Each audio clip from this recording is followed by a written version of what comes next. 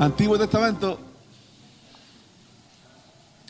si no me equivoco, el primero de los profetas menores, después de Daniel.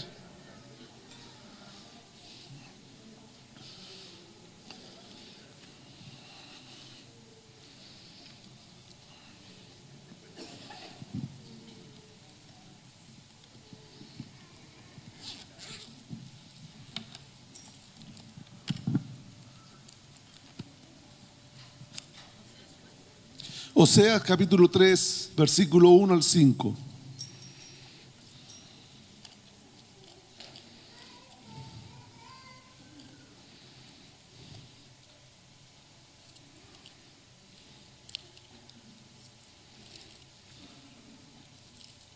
¿Lo encontraron? Ya.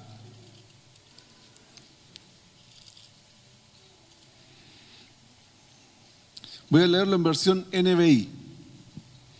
Como siempre les recuerdo, es bueno que cada uno de nosotros tengamos distintos tipos de versiones de la Biblia que nos van enriqueciendo lo que dice el pasaje. Yo voy a leer en versión NBI, Oseas capítulo 3, versículo 1 al 5. Dice así: me habló una vez más el Señor y me dijo: ve y ama a esa mujer adúltera, que es amante de otro. Ámala como ama el Señor a los israelitas, aunque se hayan vuelto a dioses ajenos y se deleiten con las tortas de pasas que les ofrecen. Compré entonces a esa mujer por 15 monedas de plata y una carga y media de cebada. Y le dije: vas a vivir conmigo mucho tiempo, pero sin prostituirte. No tendrás relaciones sexuales con ningún otro hombre, ni yo te voy a tocar.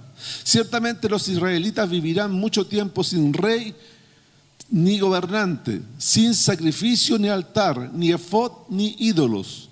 Pero después los israelitas buscarán nuevamente al Señor su Dios y a David su rey.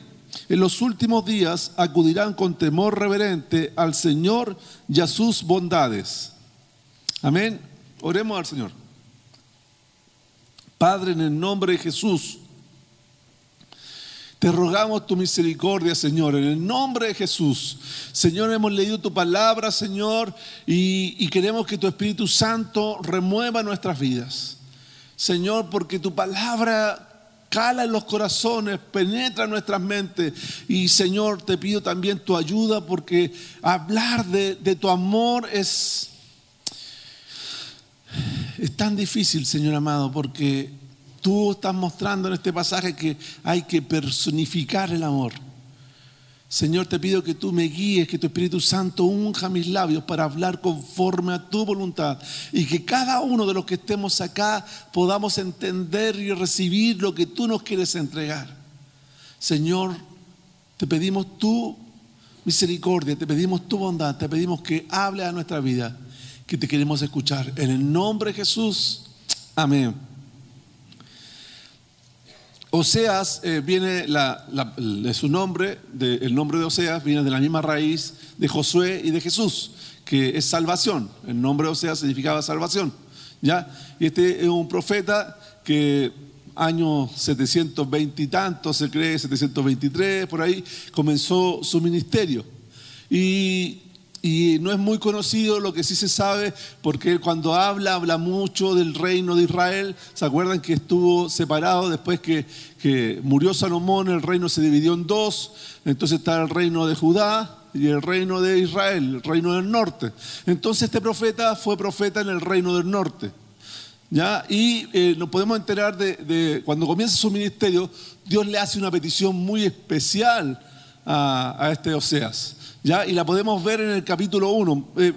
Vamos al capítulo 1 para ver qué petición tan especial le hizo Dios a Oseas. En el versículo 2 dice: la palabra del Señor vino a Oseas por primera vez y le dijo: ve y toma por mujer a una prostituta y ten con ellas hijos de una prostituta, porque la tierra se ha prostituido y se ha apartado del Señor.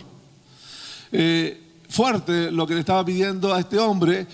A través de la lectura del pasaje, a través de ver cómo uno puede interpretar lo que Dios le está diciendo, cómo Dios le podía a Oseas pedir que rompiera la ley, Pero la palabra cuando le dice que se fuera a casar con una prostituta, también se puede decir que anda a casarte con una mujer que va a ser prostituta o que se va a prostituir. Entonces, la mejor explicación para el pasaje, según los comentaristas y según la interpretación del contexto original, es que Dios le está diciendo: Oseas, anda a casarte con una mujer que te va a engañar. Te va a engañar y se va a prostituir. Y te va a engañar tanto que tus hijos van a ser hijos de prostitución. Es decir, que se cree que posiblemente los hijos de Oseas no sean hijos de él. Entonces Dios le dijo: anda a casarte con tal mujer, y aquí aparece el nombre más adelante, Gomer. Entonces se casó con Gomer porque Dios le dijo que Gomer lo iba a engañar. Pero también le dijo, al parecer, que los hijos que iba a tener con Gomer no iban a ser de él, que iban a ser de otros hombres. Y Dios le pidió que cada uno de sus hijos le pusiera un nombre que representaban el castigo que Dios iba a enviar sobre Israel por haberse prostituido, por haberse ido a dioses ajenos, haber adorado a otros dioses. Entonces eso sucede, Oseas obedece y pasan 25 años aproximadamente, 25 años, y llegamos al capítulo 3, el que leímos. Y en el capítulo 3 dice: me habló una vez más el Señor y me dijo: ve, llama a esa mujer adúltera, que es amante de otros. Ámala como el Señor, ámala como ama el Señor a los israelitas, aunque se hayan vuelto a dioses ajenos y se deleiten con las tortas de pasas que les ofrecen. Yo como título le puse a este mensaje: el amor verdadero, porque Dios está queriendo mostrar su amor. Y es un amor verdadero porque es distinto al amor que conocemos nosotros. Y lo primero que podemos ver acá, que hay un llamado de Dios a mostrar su amor. Hay un llamado de Dios para que Oseas muestre el amor de Dios. ¿Y cómo tenía que mostrar el amor de Dios? Tenía que ir donde Gomer, porque en la traducción, cuando uno ve el texto original, se da cuenta que se está refiriendo a una mujer específica. No, porque no aparece el nombre de Gomer en el capítulo 3. Y no aparece el nombre de Gomer, los comentaristas dicen: ¿por qué? Porque ya no era digna de ser llamada esposa de Oseas. Como el pueblo de Israel ya no era digno de llamarse pueblo de Dios. Por eso le dice esa mujer. Por eso no la nombra. Y además porque era necesario que ella entendiera que había perdido sus derechos. ¿Ya? Y Oseas, ¿qué es lo que va a hacer? Va a tener que responder al llamado de Dios, de personificar el amor de Dios. Porque ¿qué es lo que está haciendo Dios? Le está diciendo: Oseas, con tu vida refleja cómo yo amo al pueblo de Israel, con tu vida. A veces nosotros podemos dar lecciones, la gente nos puede hablar, nos puede decir cosas, nos puede decir: tú tienes que ser generoso, tú tienes que ser aquí, tú tienes que ser allá. El otro día me acordaba de un hombre que vendía helados cuando yo era niño, hace como 35, 36 años. Le decían el Florcita. Pasaba cerca de mi casa y vendiendo helado. A veces le podía comprar helado, otras veces no le podía comprar helado, pero un par de veces me lo topé en la playa. Me lo topé en la playa vendiendo helados y yo iba y lo saludaba con cariño. Y ¿saben lo que hacía él? Me decía: ¿quieres helado? No, no quiero helado. ¿Quieres helado? No, no quiero. Yo te regalo un helado. ¿Qué? Yo te regalo un helado. 2 o 3 veces me regaló un helado un hombre que no era de mucho dinero y que generosamente, no era nada mío, pero generosamente me dio un helado siendo un niño. Yo no me hubiera muerto si no me como el helado, pero él quería ser generoso conmigo. Entonces él nunca me habló de la generosidad, Nunca me dijo, esto es que ser generoso de esta forma, de esta otra forma.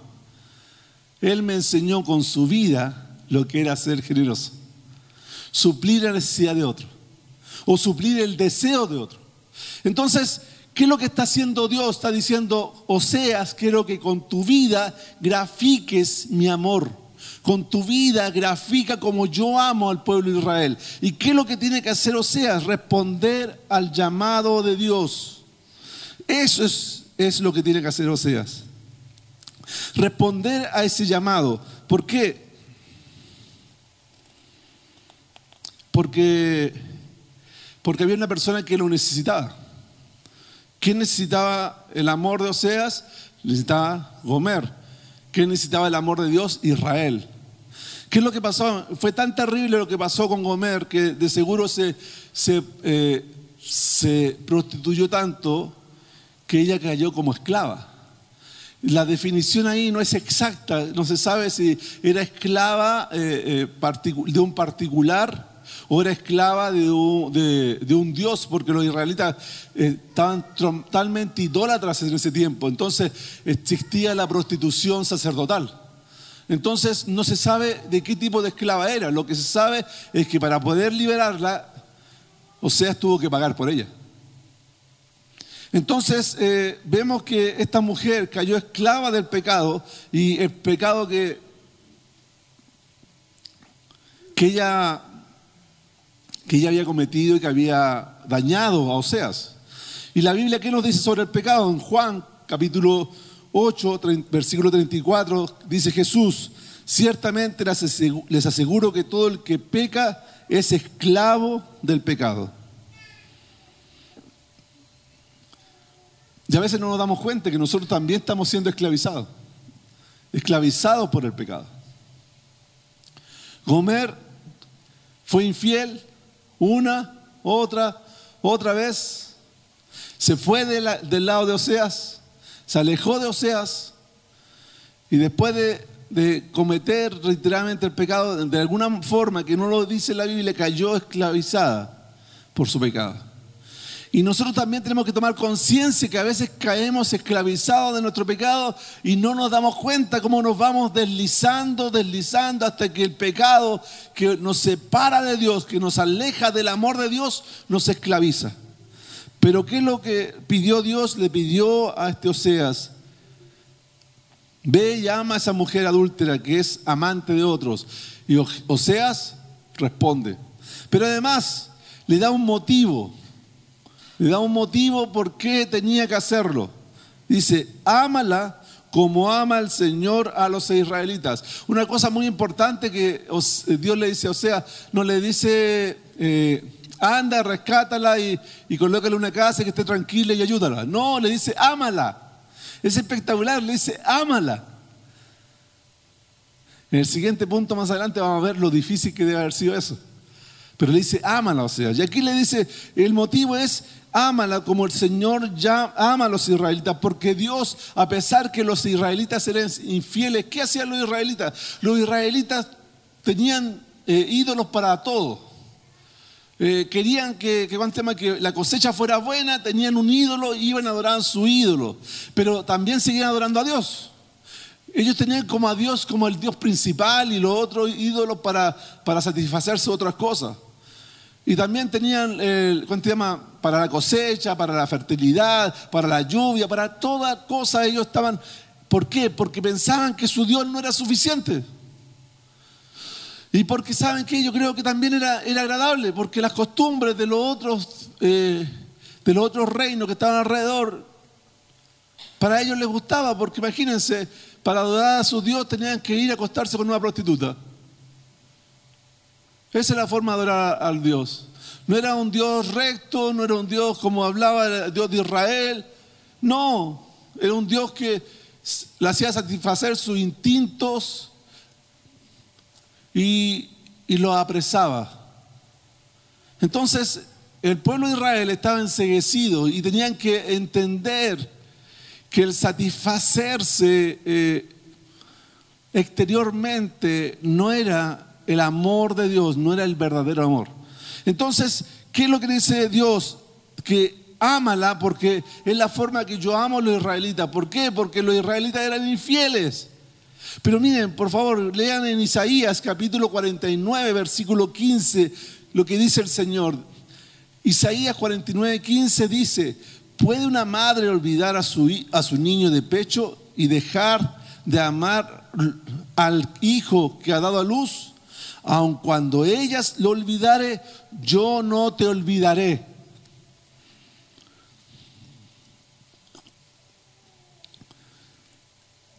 Puede dejar una madre a su niño, muy difícil, a veces pasa por distintos motivos, pero Dios no lo va a hacer. También nos dice en 2 de Timoteo, versículo conocidísimo, 2:13, si somos infieles, Él sigue siendo fiel, ya que no puede negarse a sí mismo. Entonces el llamado de Oseas es: ama a tu mujer para que le demuestres a los israelitas cómo yo lo amo a ellos, porque yo sigo siendo fiel. Ellos son infieles, yo sigo siendo fiel con ellos. Y también hay un motivo, y dice ahí: porque se han vuelto a los dioses ajenos y se deleitan con las tortas de pasas que les ofrecen. Habían dejado de adorar a Dios. Habían dejado de buscar a Dios. La adoración a Dios ya no era lo principal, era una parte de su vida. Era un trozo. El asunto es que Dios nos pide toda la vida. Entonces ellos eran gente que tenían sus rituales para Dios, sí, tenían uno que otro ritual para adorar a su Dios, al Dios que nosotros conocemos, pero tenían muchos rituales para adorar a otros dioses. ¿Por qué? Porque en esta época, cuando irrumpe Oseas con la profecía, Israel tenía muy buen paso económico. Estaban siendo muy prósperos. En la época donde comienza su ministerio Oseas, fue un tiempo donde la prosperidad económica en Israel era muy alta.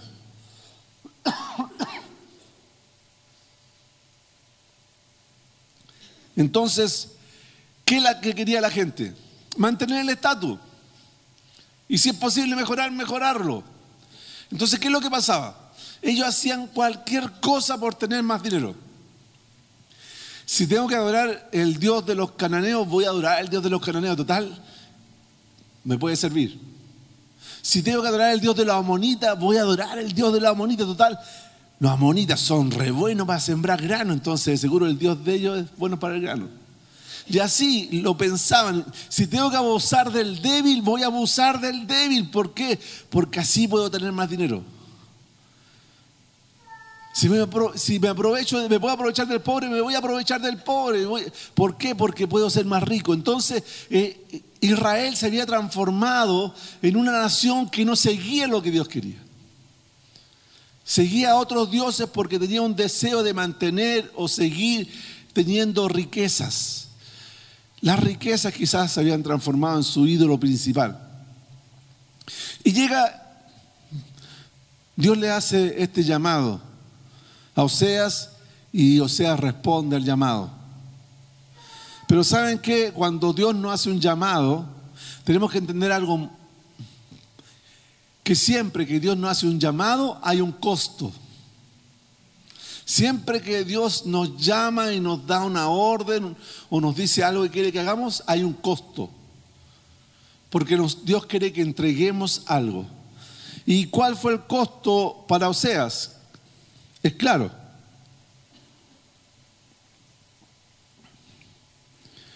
Uno podría decir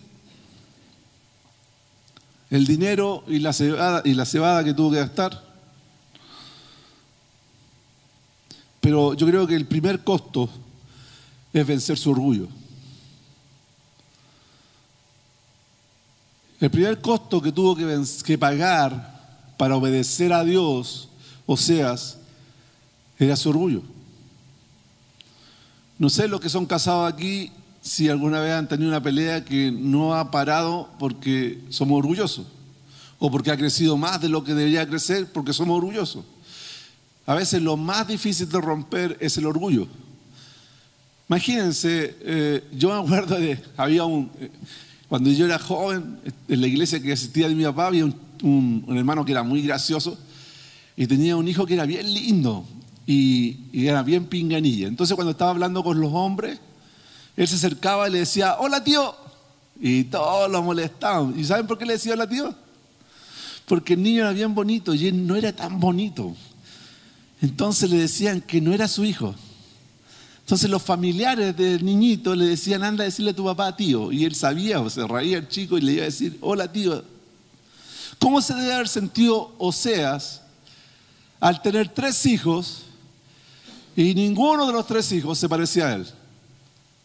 ¿Lo habrán molestado Oseas? ¿Usted cree? Si eran chilenos, yo creo que sí. Entonces, ¿molestaron de seguro Oseas? Sí, de seguro lo molestaron. ¿Se burlaron de él? Sí, de seguro se burlaron. ¿Lo despreciaron? También lo deben haber despreciado. Mira, tú te casaste con una mujer que te ha engañado un montón de veces. ¿Cómo no puedes ver que ella te engañó una y otras veces? Y los niños que tú tienes no son ni tu hijo, fíjate. No existía el examen de ADN. Pero Oseas tuvo que vencer eso para obedecer el llamado de Dios, vencer su orgullo. Vencer el orgullo y ir y nuevamente tomar a su esposa y traerla. Tuvo que vencer y tuvo que perdonar sin que hayan pedido perdón. ¿Se acuerda cuando nosotros antes decíamos, no, ¿cómo si yo voy a perdonar si no están arrepentidos? Yo no puedo perdonar si no me ha pedido perdón. Yo no puedo perdonar porque yo no fui culpable, el otro fue el culpable. Y no entendíamos cómo era el perdón y ahora a través de la palabra de Dios vamos entendiendo cómo es el perdón. Y Oseas tuvo que vencer su orgullo y tuvo que perdonar a una mujer que no mostraba señales de arrepentimiento. No mostraba señales de que lo que había hecho lo consideraba malo. Y además estaba presa por lo que había hecho. Y el Señor nos habla tanto sobre el perdón.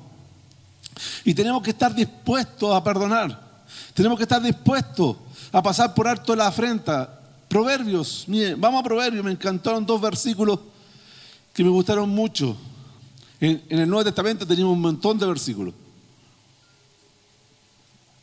Capítulo 19, versículo 11.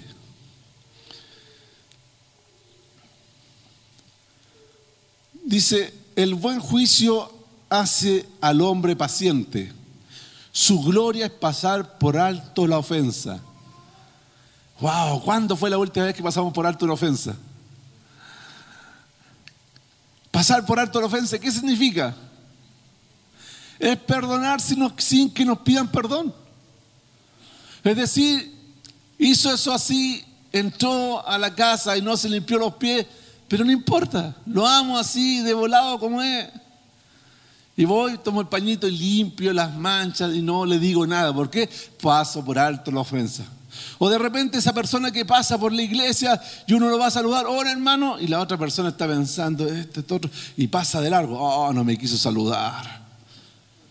Ya, ¿qué debe tener contra mí? De seguro que empieza uno a maquinar cosas en la mente. ¿Por qué no me saludó? Y la otra persona solo está pensando que el día martes tiene que cubrir un cheque.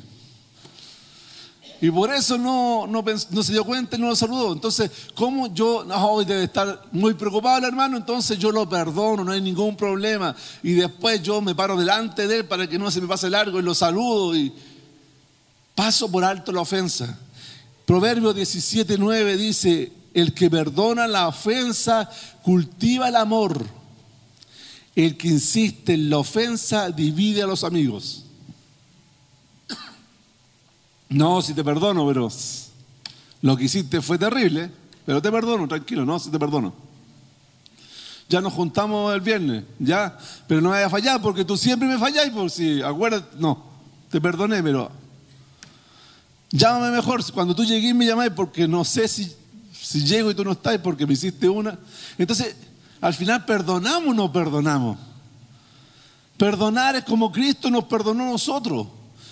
Borrar completamente o no, porque no podemos borrar, a veces no se nos olvida fácilmente, pero no sacar a juicio, no no volver a mencionar por lo que hemos sido perdonados. Ahí Proverbios 17:9 dice, el que perdona la ofensa cultiva el amor. El que insiste en la ofensa divide a los amigos. Y vamos a tirar un versículo del Nuevo Testamento para que veamos que la tremenda necesidad de perdonar. Más Efesios 4:32. Efesios 4:32. Más bien sean bondadosos y compasivos unos con otros y perdónense mutuamente. Esta es la parte que no nos gusta más adelante. Así como Dios los perdonó a ustedes en Cristo. Eso, tan sencillo como eso. ¿A quién no le ha perdonado Dios pecado acá? ¿He ofendido a alguien? Ya, lean el pasaje y perdónenme. Qué bueno. Necesitamos nosotros perdonar como Cristo nos perdonó, pero a veces nos cuesta. ¿Por qué? Porque somos orgullosos y no queremos dar nuestro brazo a torcer. Pensamos que tenemos un valor que el otro no puede menospreciar. Yo merezco respeto. Y ahí vamos construyendo nuestro muro, vamos construyendo nuestro castillo de orgullo. ¿Qué es lo que está diciendo el Señor? Oseas, lo siento, pero vas a tener que dejar tu orgullo de lado y anda donde Gomer y rescátala para mostrar cómo yo amo a mi pueblo Israel. El costo, el orgullo. ¿Qué otro costo? El costo monetario. El costo monetario sí, porque nos dimos cuenta cuánto pagó Oseas. 15 ciclos de plata y una carga y media de cebada. ¿Y por qué pagó una carga y media de cebada? Saben que lo que pasa es que da la impresión que no tenía dinero suficiente. No tenía dinero suficiente para pagar por completo por Gomer. Entonces la cebada era un alimento que se usaba, que normalmente lo usaban los pobres para hacer pan de cebada. No era un alimento muy fino. O se le daba comida a los animales. Entonces Oseas tomó el dinero que le quedaba y lo completó con la provisión que tenía de seguro para cierta cantidad del año. Entonces no fue algo gratis para Oseas. Además de su orgullo, tuvo que pagar, y tuvo que pagar. ¿Cómo pagó? Con costo. Quizá quería arreglar, no sé, hacerse una pieza más en la casa y estaba guardando unas moneditas de plata. Quizás quería hacerse un quincho, hacerse un asado de cordero con los amigos, no sé. Pero tuvo que tomar ese dinero y invertirlo en comer. Tuvo que tomar esa comida para los animales y después vería cómo alimentaba a los animales y ir y pagar por comer. Tuvo un costo, tuvo que invertir. Y cuando Dios nos llama a hacer algo, hay un costo, hay que invertir. No tan solo nuestro orgullo, también hay un costo económico. Yo invierto, ¿ya? Y además de eso, está el otro costo, que es negarse a uno mismo. Porque de seguro Oseas, antes de que Dios apareciera y le dijera, anda, ¿te acuerdas que hace 25 años te casaste con Gomer? Anda a rescatarla, anda a buscarla. Oseas hacía todas sus cosas sin que nadie le molestara. De seguro los niños ya estaban grandes porque habían pasado 25 años. Entonces quizás Oseas iba a jugar golf tranquilo en la mañana, en la tarde iba a jugar bridge, no sé, no se me ocurre qué hacía Oseas en ese tiempo, pero tenía su tiempo para él.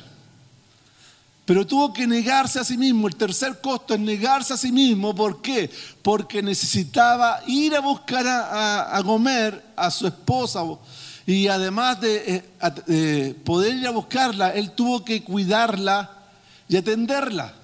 Tuvo que invertir tiempo, tuvo que invertir el tiempo que invertía en sí mismo, el tiempo que gastaba en sí mismo, tuvo que gastarlo ahora en comer. ¿Y eso qué es? Negarse a uno mismo. Cuando Cristo Jesús nos llama a ser discípulos, nos llama y ¿qué nos dice? ¿Y que quiere ser mi discípulo?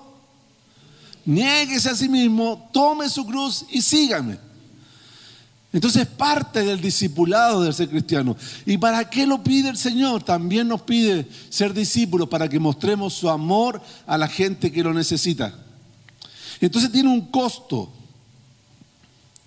Tiene un costo.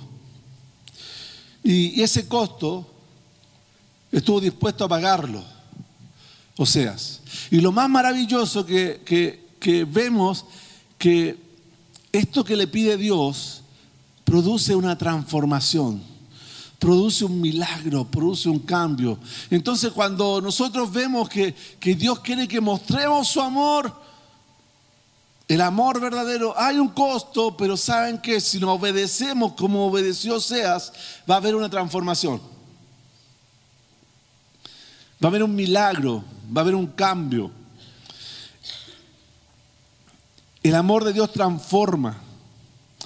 Pero saben que también hay condiciones. Fíjense por favor, vamos al versículo 3, Oseas capítulo 3, versículo 3, y nos vamos a dar cuenta que el amor de Dios pone condiciones.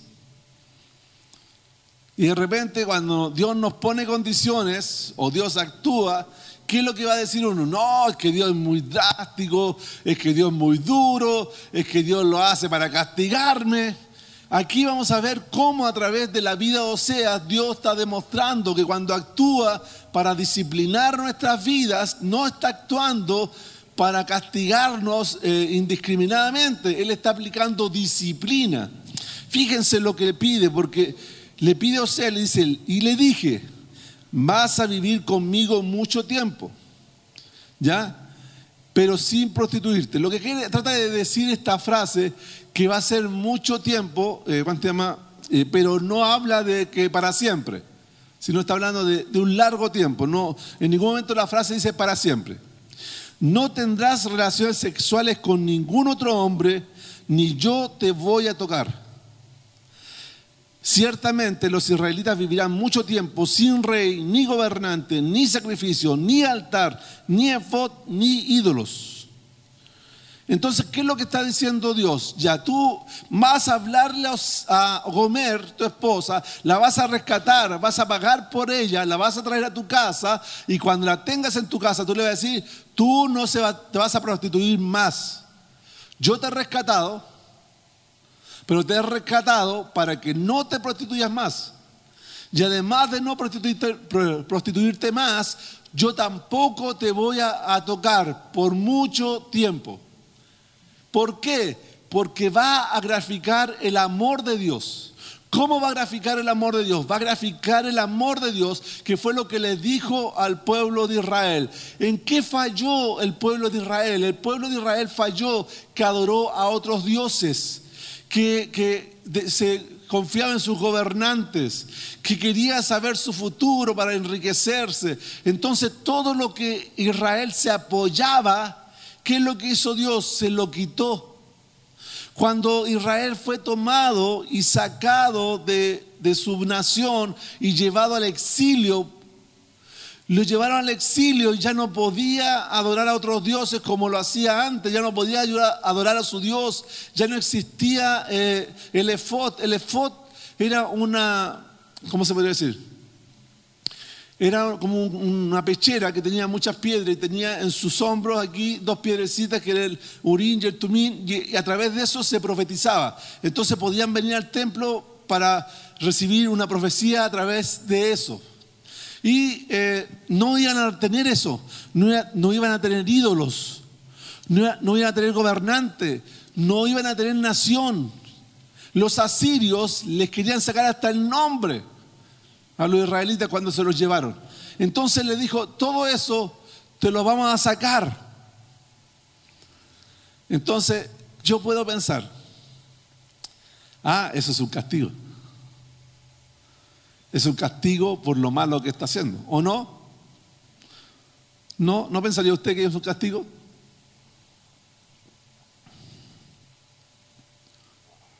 Parece que soy el único, pero yo sí pensaría que es un castigo. Sí, es como un par de palmazos en el trasero. ¡Hazlo bien, pa! Pero yo me di cuenta de un detalle a través de ver la Biblia, que pasó algo en la vida de los israelitas. ¿Ustedes vieron el libro de Esther? ¡Ay, qué hermoso el libro de Esther! ¿Qué es lo que está demostrando ahí? Que Dios, a pesar del castigo que les dio, los tenía en su mano.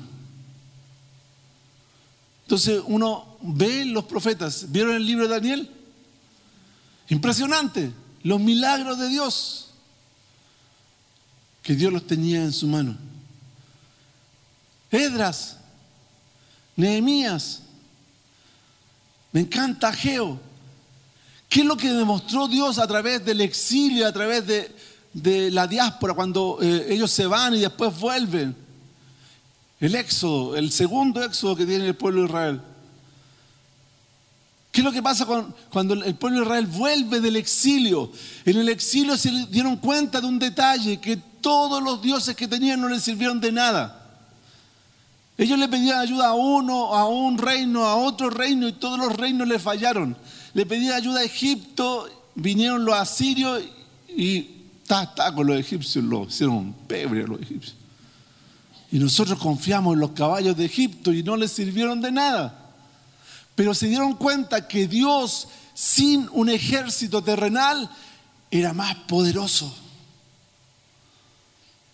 Y se dieron cuenta que a pesar de mucho que lo habían fallado y que ahora no eran nación, que ahora eran un grupo de gente dispersada por distintas partes del mundo, Dios los seguía amando. Y nosotros hoy día consideramos a los israelitas una nación monoteísta. ¿Saben cuándo se convirtieron en una nación monoteísta? Recién, cuando volvieron del exilio. Y me di cuenta, al leer la historia, al leer la Biblia, que no fue una disciplina, sino fue preparar el momento propicio para mostrarles su amor, para decirles que los amaba a pesar que habían fallado, para decirles que los amaban aunque ahora no eran poderosos, para decirles que los amaba aunque ahora se veían como los otros pueblos, para decirles que los amaba incondicionalmente. ¿Y qué fue lo que les pidió Dios? ¿Qué les había pedido Dios? Fíjense en el capítulo 14 de Oseas, al final está lo que le pide. Capítulo 14 de Oseas, versículo, creo, a ver, por aquí lo tengo, 3, 4 por ahí.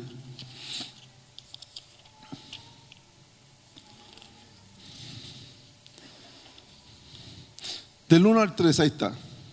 Oseas 14, del 1 al 3. ¿Qué es lo que le dice Dios? Vuélvete, Israel, al Señor tu Dios.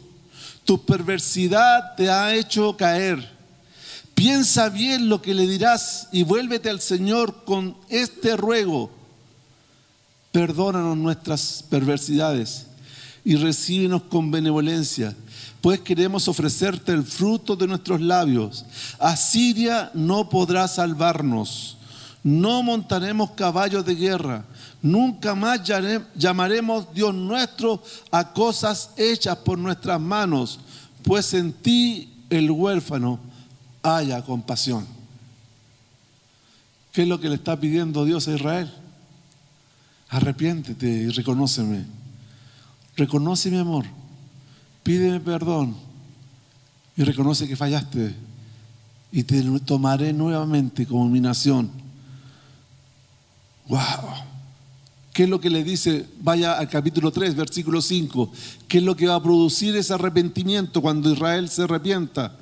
Pero después los israelitas buscarán nuevamente al Señor su Dios y a David su rey. En los últimos días acudirán con temor reverente al Señor y a sus bondades.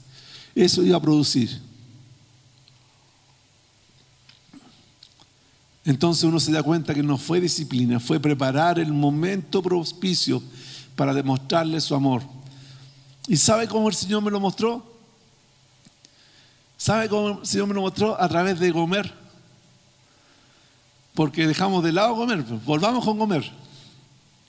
¿Cuál fue la disciplina para Gomer? No te prostituyas más, pero yo tampoco te voy a tocar por mucho tiempo. Y empecé a empalmar lo que había pasado con el pueblo de Israel y con Gomer, porque Gomer quedó ahí nomás.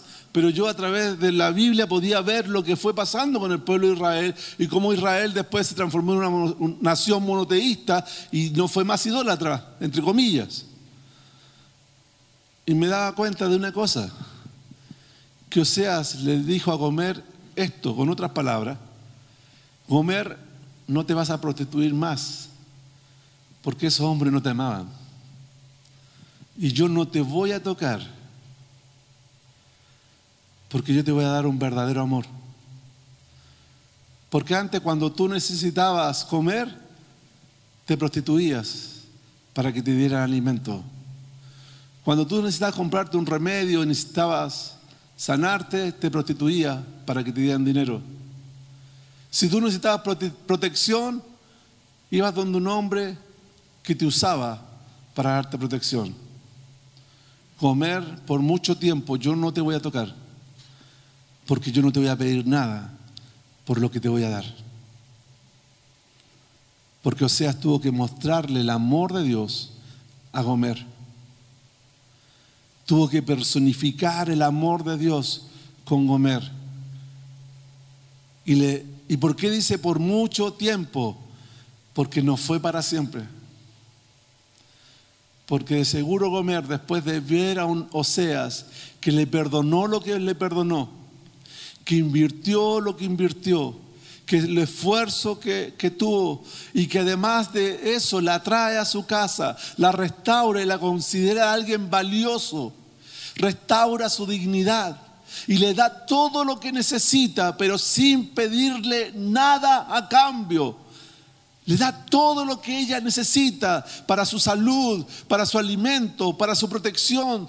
Todo lo que tú necesitas comer va a estar aquí, pero sin pedirte nada a cambio.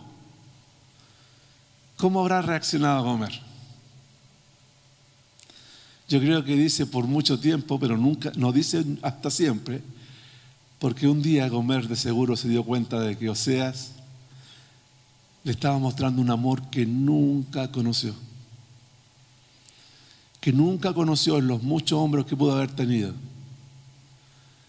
Y que en ese momento de seguro Gomer debe haber vuelto a su esposo para estar juntos en forma voluntaria, porque Gomer conoció el verdadero amor. Es romántica la escena, me encanta. Ese es el amor de Dios. Ese es el amor de Dios por todos nosotros. Nosotros decimos, Dios le pidió a Oseas que personificara su amor. Sí, le pidió a Oseas que personificara su amor y Oseas obedeció. Pero Dios también personificó su amor. ¿Cómo lo personificó? A través de Cristo Jesús. Jesús fue la personificación del amor de Dios. A través de Cristo, Él tomó su amor y nos lo mostró. A través de Cristo, Dios tomó su amor y nos dijo: esta es la forma que yo los amo. Yo entrego a mi hijo para que muera por ustedes y no tienen que hacer nada. Ustedes no, nosotros nos fuimos a Dios y dijimos: Dios, quiero volverme a ti y quiero que me ayudes para volverme a ti. No hicimos nada, porque cada uno nos descarriamos como ovejas sin pastor, dice la palabra de Dios. Cada uno hizo lo que se le antojó, alejado de Dios. Y en ese momento Dios envía a Jesús a morir por nosotros sin que se lo pidamos, porque de tal manera amó Dios al mundo que ha dado su Hijo unigénito, para que todo aquel que en Él cree no se pierda, mas tenga vida eterna. Y el sacrificio de Jesús fue morir por nosotros, para que nosotros pudiéramos volver a Dios, derramar su sangre en la cruz, pagar nuestros pecados, para que podamos volver a Dios.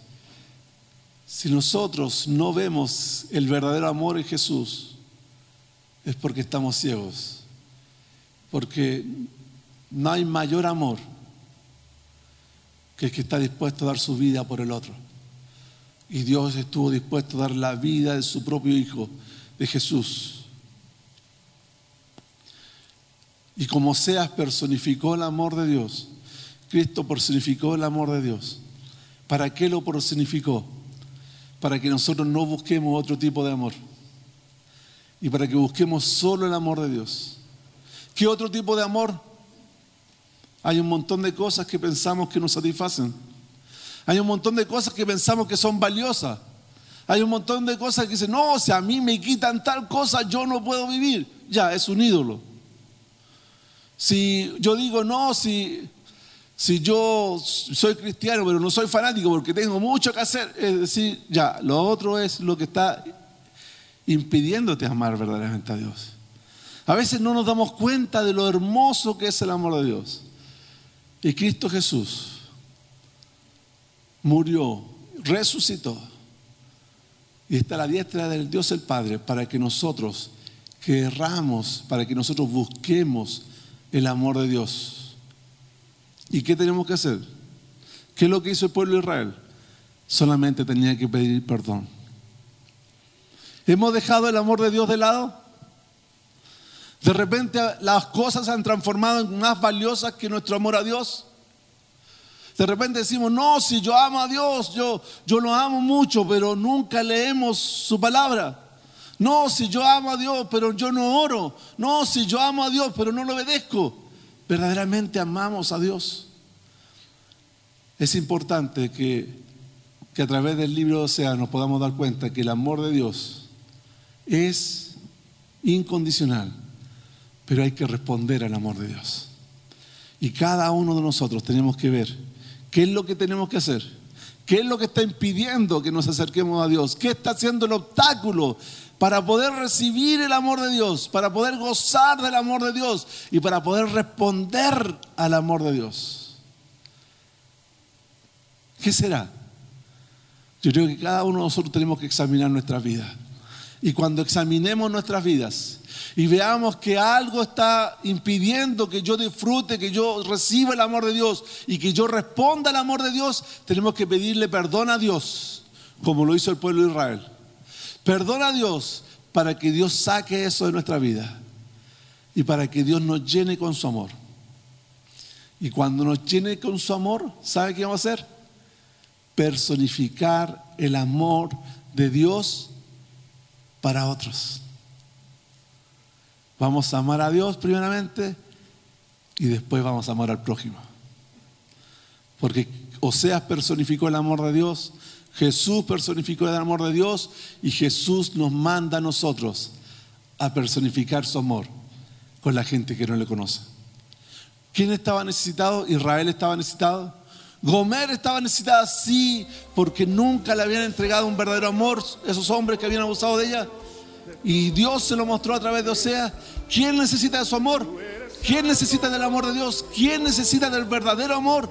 Mucha gente que no ha entrado por esa puerta y que nosotros podemos llegar a ellos. Pero tenemos que recibir el amor de Dios para mostrarles, no reglas y cosas escritas.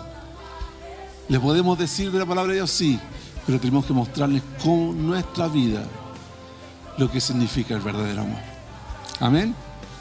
Lo invito a inclinar su rostro para que oremos.